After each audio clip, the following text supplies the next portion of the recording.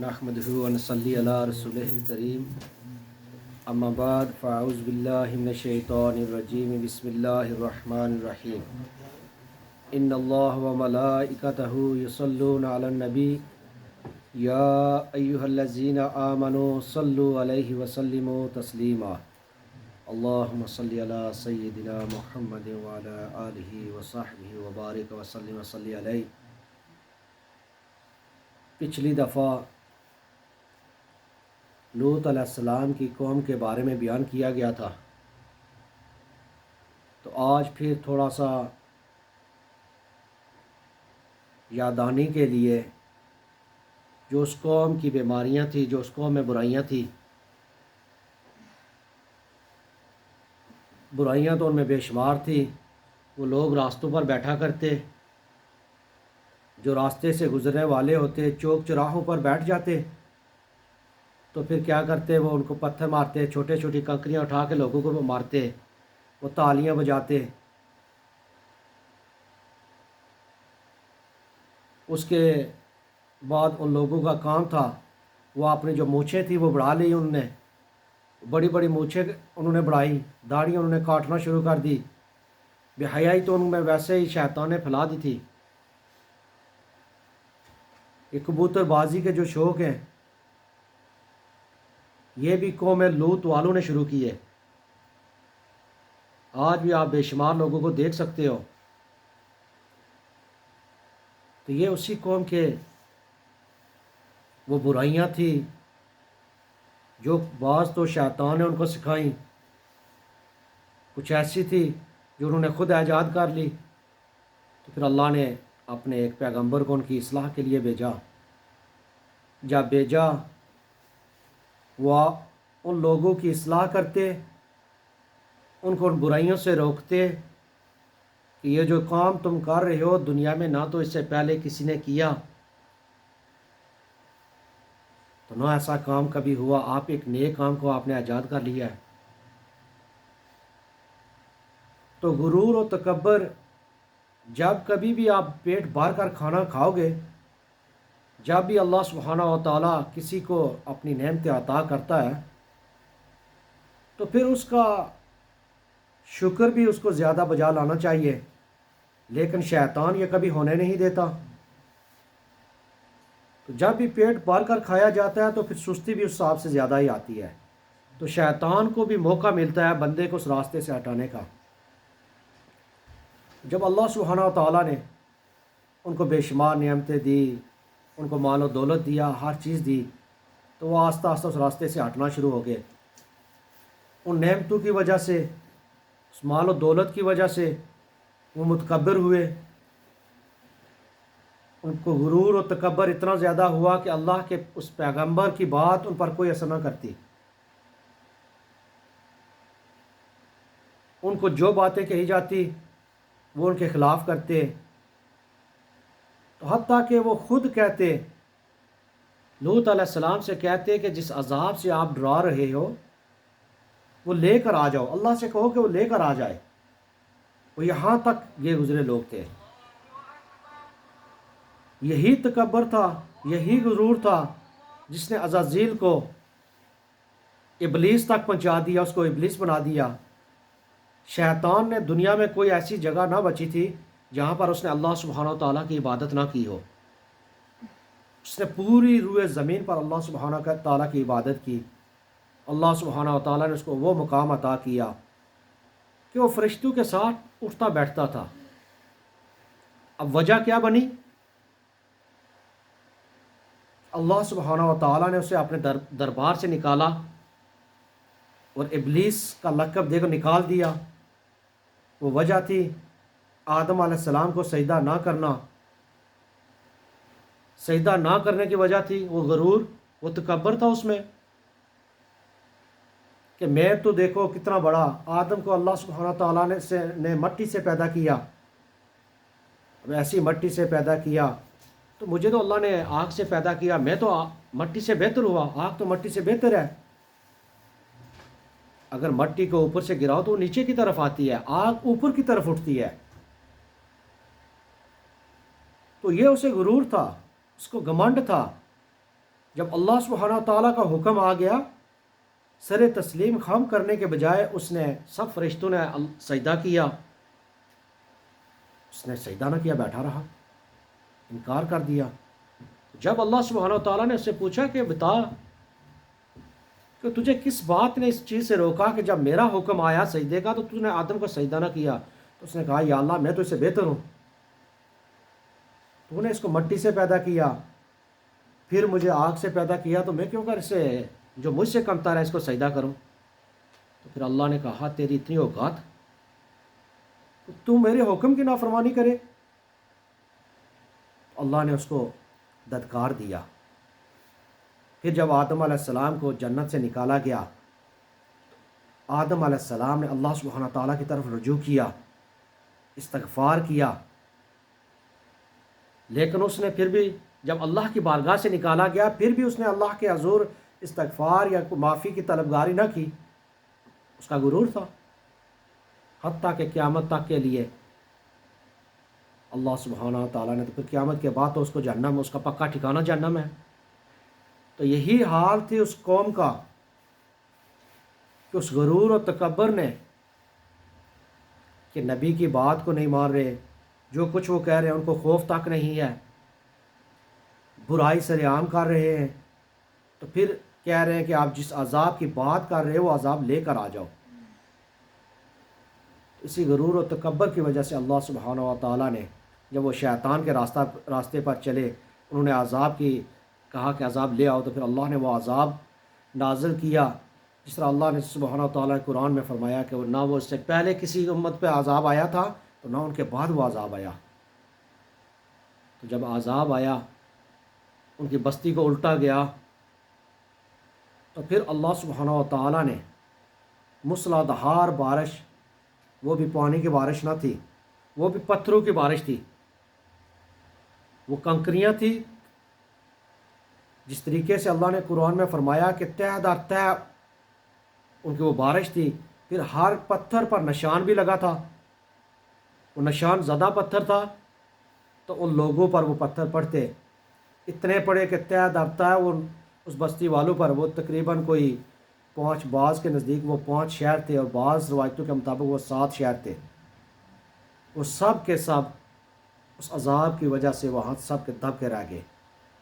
صرف وہی نہیں، اس قوم کے اگر کوئی بندہ ان شہروں سے باہر بھی کسی جگہ پر تھا، اللہ کا عذاب اسے وہاں پر بھی پہنچا، وہ وہاں پر بھی نہیں بچا۔ تو یہ عذاب صبح کے وقت اس قوم پر آیا تھا، کیونکہ جب فرشتے آئے تھے تو وہ شام کا وقت تھا، لوط علیہ السلام کے پاس آئے، آپ نے اپنی قوم سے ان کو چھپا کر اپنے گھر میں لے کر آئے، مہمان بنایا۔ مہمان بنانے کے بعد پھر قوم کو جب پتہ چلا تو سارے آگے، آپ نے بہت کوشش کی، آپ نے ان سے کہا کہ میری قوم کی بیٹیاں حاضر ہیں، آپ ان کے ساتھ نکاح کر لو، لیکن وہ لوگ بے حیائی میں آگے گزر چکے تھے، ان کی آنکھوں پر پردہ پڑ چکا تھا، ان پر لوط علیہ السلام کی کوئی بات اثر نہ کرتی،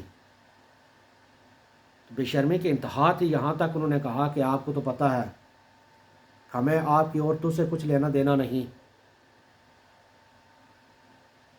تو پھر لوط علیہ السلام نے دعا کی، تو اس وقت جب اللہ کا عذاب آیا تو آپ کو کہا گیا کہ آپ، بعض روایتوں میں آتا ہے کہ آپ کی جو امت تھی ان میں سے کوئی بھی مسلمان نہیں تھا، سوائے آپ کی جو 2 بیٹیاں تھیں، آپ کا کنبہ 2 بیٹیاں تھیں صرف، تو بیوی کے بارے میں آیا تھا کہ وہ آپ کے قوم والوں میں سے ہو جائے گی،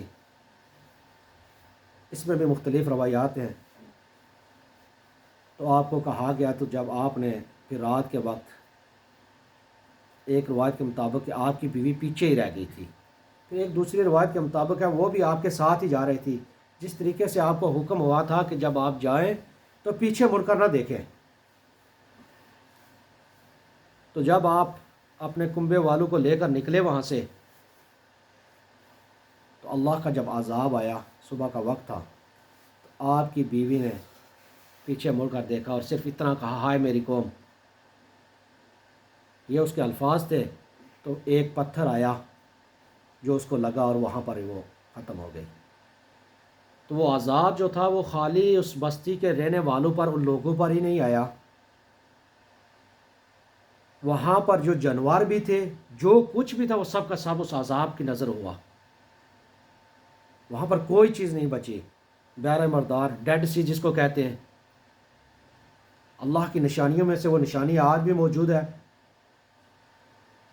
بدبودار اس کا پانی ہے، اتنا زیادہ اس میں نمک ہے کہ کوئی چیز بھی اس میں ڈوب نہیں سکتی، حتیٰ کہ کوئی جاندار بھی زندہ نہیں رہ سکتا۔ جو پانی کے بھی جاندار ہیں وہ بھی اس جگہ زندہ نہیں رہ سکتے۔ اللہ نے قیامت تک کے لیے اس کو نشان عبرت بنا دیا۔ اس سرزمین میں نہ تو کچھ پیداوار ہوتی ہے، نہ وہ پانی فائدے کا ہے۔ عذاب دیکھو قیامت تک کے لیے، لیکن اللہ سبحانہ و تعالیٰ قرآن میں بیان کرتے ہیں بے شمار جگہوں پہ کہ عقل والوں کے لیے نشانیاں ہیں۔ جب نشانی کی بات آتی ہے تو عقل والوں کا، اللہ نے کہا کہ عقل والوں کے لیے نشانیاں ہیں۔ ویسے تو سارے ہی ہیں تو سارے ہی، لیکن عقل والے سوچ تو وہی رکھتا ہے جو عقل والا ہوتا ہے۔ دماغ تو ہر کسی کے پاس ہے، استعمال کون کرتا ہے اس کو؟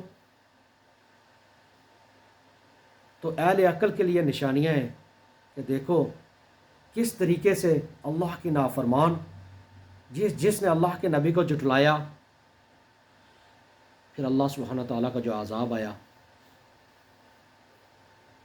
تو روایتوں میں آتا ہے کہ یہ بندہ، بعض دفعہ کم عقل لوگ ایسے بھی ہوتے ہیں، جب کوئی بات ہو تو اس کو ویسے ہی بیان کرنا شروع ہو جاتے ہیں۔ آپ نے بے شمار ایسے بھی سنے ہوں گے، نوح علیہ السلام کی بیوی کے بارے میں، بیٹے کے بارے میں، لوط علیہ السلام کی بیوی، لیکن روایتوں میں آتا ہے کہ نبی کی بیوی کبھی فحشہ نہیں ہو سکتی۔ یہ کوئی نہ کہے کہ اللہ کے نبی کی بیوی تھی، پیچھے رہ جانے والوں میں سے تھی، لیکن وہ فحشہ کبھی نہیں ہو سکتی۔ اسی طرح جب امت المومنین حضرت عائشہ صدیقہ رضی اللہ تعالیٰ عنہا پر الزام تراشیاں کی گئی، بہتان لگائے گئے، تو اللہ سبحانہ و تعالیٰ نے پھر ان کی برات نازل کی۔ پھر اللہ سبحانہ و تعالیٰ نے جواب دیا۔ تو ان لوگوں کے لیے سخت عذاب کا بھی اللہ نے کہا کہ آپ کو اگر پتہ نہیں تو اپنے منہ کو بند رکھو، خاموش رہو۔ جس چیز کے بارے میں آپ جانتے نہیں، اگر اسی چیز کا بیان کرنے کا مقصد تھا کہ یہ شاید کوئی کہہ لے کہ لوط علیہ السلام کی بیوی کے بارے میں اب بیان ہو رہا ہے کہ وہ پیچھے رہ جانے والوں میں سے تھی، اس عذاب میں وہ بھی ہلاک ہوئی، تو شاید اس کے ذہن میں کچھ اور ہی خیالات آنا شروع ہو جائیں۔ تو بہتر ہے کہ اپنے منہ کو بند رکھو۔ تو جتنا ممکن ہو سکے، اگر کسی کو کچھ چیز کا پتہ نہ ہو تو وہ کسی جاننے والے کے پاس بیٹھے، کتاب پڑھ لینے سے، اگر کوئی کہے کہ میں نے کتاب پڑھ لی ہے، کتاب میں تو ہزاروں باتیں لکھی ہوتی ہیں۔ اب ہزاروں باتیں لکھی ہیں تو کیا ہزاروں باتیں جو لکھی ہیں انہیں پر عمل ہوگا؟ شاید جو باتیں لکھی ہیں وہ ان لوگوں کے لیے لکھی ہوں جو جاننے والے ہوں۔ تو کوشش کریں، اگر کہیں سے کتابیں بھی پڑھ لی، کہیں سے معلومات بھی لے لی، لیکن پھر بھی کسی جاننے والے کے پاس بیٹھ کر اس سے پوچھ لو، اس کی تصدیق بھی کر لو۔ تو بعض دفعہ ہوتا ہے کہ بندہ، یہ بھی ایک طریقے کا غرور ہی ہے، تکبر ہے کہ میرے پاس شاید علم اتنا زیادہ آ گیا، اب مجھے ضرورت ہی نہیں کہ کسی میں دوسرے کے پاس جاؤں۔ یہ بھی وہی تکبر ہے، یہی تو شیطان کے پاس بھی تھا، اس کو بھی تو فخر تھا کہ میری عبادت اتنی زیادہ ہے، میں نے یہ کام کیا، فرشتوں کے ساتھ میرا اٹھنا بیٹھنا ہے۔ تو آخر پر اللہ کو کیا؟ اگر ساری دنیا ہی مل کر اس کے خلاف بھی ہو جائے تو اللہ کا کچھ نقصان نہیں۔ تو اگر ساری دنیا مل کر اللہ سبحانہ و تعالیٰ کی عبادت میں لگ جائے تو اس کی ذرہ برابر بھی اس کا کسی حصے میں اضافہ نہیں کر سکتے، اس کی بڑائی میں کچھ نہیں ہوگا۔ یہ تو سب انسانوں کے لیے اللہ سبحانہ و تعالیٰ نے ہمارے فائدے کے لیے چیزیں رکھی ہیں۔ اگر ہم گناہ کو چھوڑ کر نیکی کی طرف آ جائیں گے، اور فائدہ کس کا ہے؟ ہمارا خود کا ہے نا، انسان کا فائدہ ہے۔ اگر برائی میں لگ جائیں گے تو اللہ کا کیا بگاڑ لیں گے؟ کچھ بھی نہیں، نقصان تو اپنا ہی کریں گے۔ تو اسی طریقے سے جب اللہ سبحانہ، میں اس اصل پوائنٹ سے ہٹنا نہیں چاہتا، جب باتیں ہوں تو پھر وقت بھی کم ہوتا ہے تو آگے پیچھے نکل جاتا ہوں۔ تو یہ چیز ہے کہ میں اپنے اصل مقصد کی طرف، اپنے جو اصل پوائنٹ ہے اس کی طرف آتا ہوں۔ تو جب لوط علیہ السلام کی قوم پر جب عذاب آیا تو آپ وہاں سے نکلے، تو روایتوں میں آتا ہے کہ آپ نے اپنے بچیوں کو ساتھ لیا تو آپ ابراہیم علیہ السلام کے پاس شہر خلیل میں آ گئے۔ اس وقت ابراہیم علیہ السلام بھی اللہ کے نبی موجود تھے۔ آپ کا اور لوط علیہ السلام کا زمانہ ایک ہی ہے۔ تو ابراہیم علیہ السلام فلسطین کی طرف تھے، تو وہاں سے پھر آپ آ گئے وہاں، تو آپ نے وہاں پر ہی ابراہیم علیہ السلام کے ساتھ ہی رہے کافی عرصہ۔ پھر آپ کی وہاں پر ہی وفات ہوئی، اور ایک روایت کے مطابق ہے کہ آپ شہر خلیل میں مدفون ہوئے۔ تو ایک اور بھی روایت جس کے مطابق آپ اردن میں مدفون ہیں،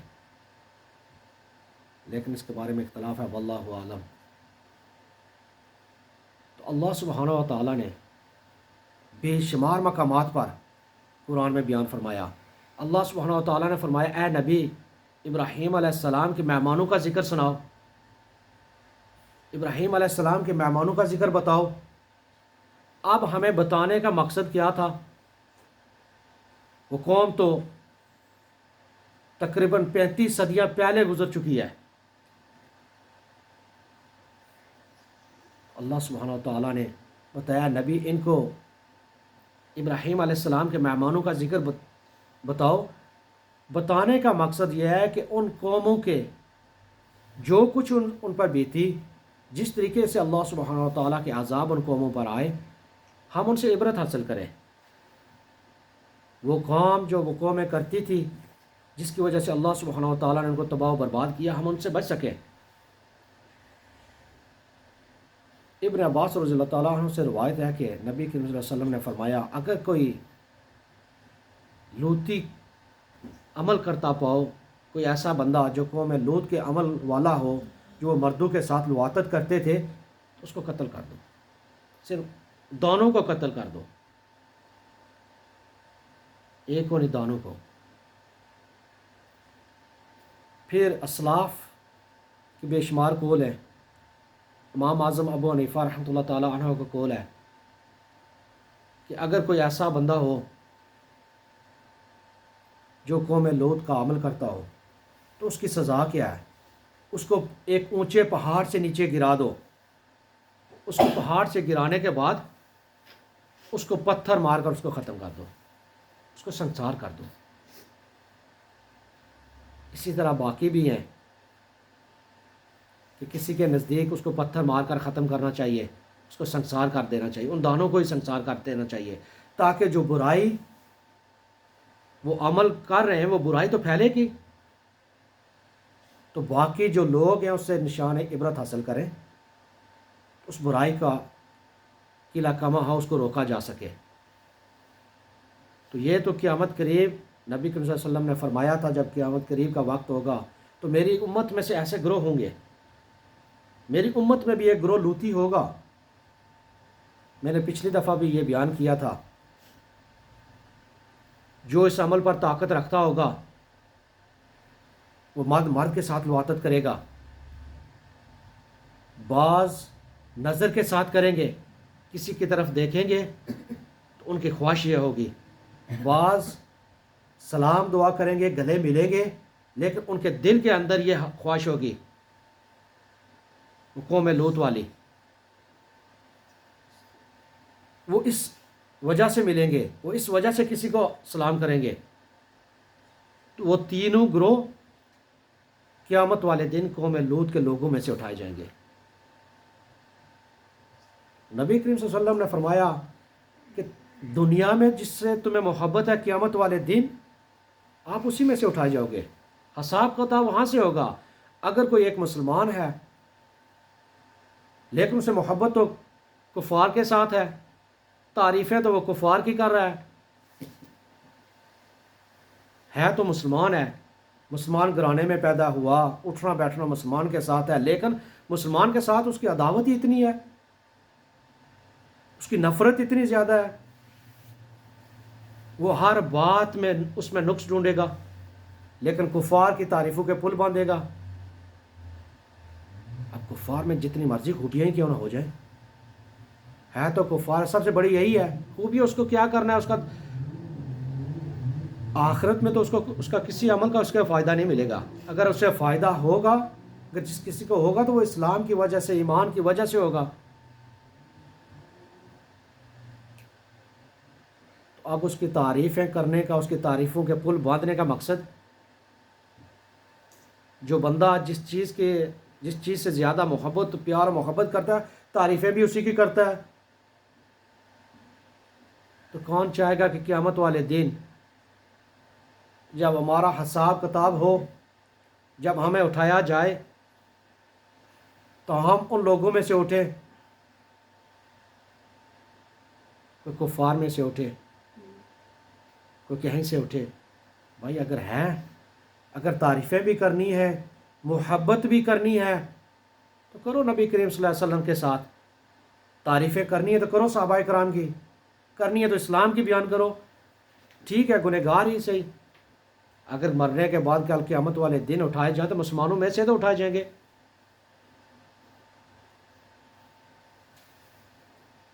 تو انشاءاللہ تعالی زندگی رہی تو پھر آگے بیان کیا جائے گا. اللہ سبحانہ و تعالیٰ سے دعا ہے کہ اللہ سبحانہ و تعالیٰ ہمیں اسلام پر چلنے والا بنائے اور ایمان کی حالت میں موت نصیب فرمائے. اور ہم سے اگر کسی قسم کی کوئی غلطی کوتاہی ہو، جانے انجانے میں ہو جائے تو اللہ سے دعا گو ہے کہ اللہ سبحانہ و تعالیٰ ہماری غلطیوں کو معاف فرمائے. تو میں اسی پر ختم کرتا ہوں. ما الا البلاغ المبین.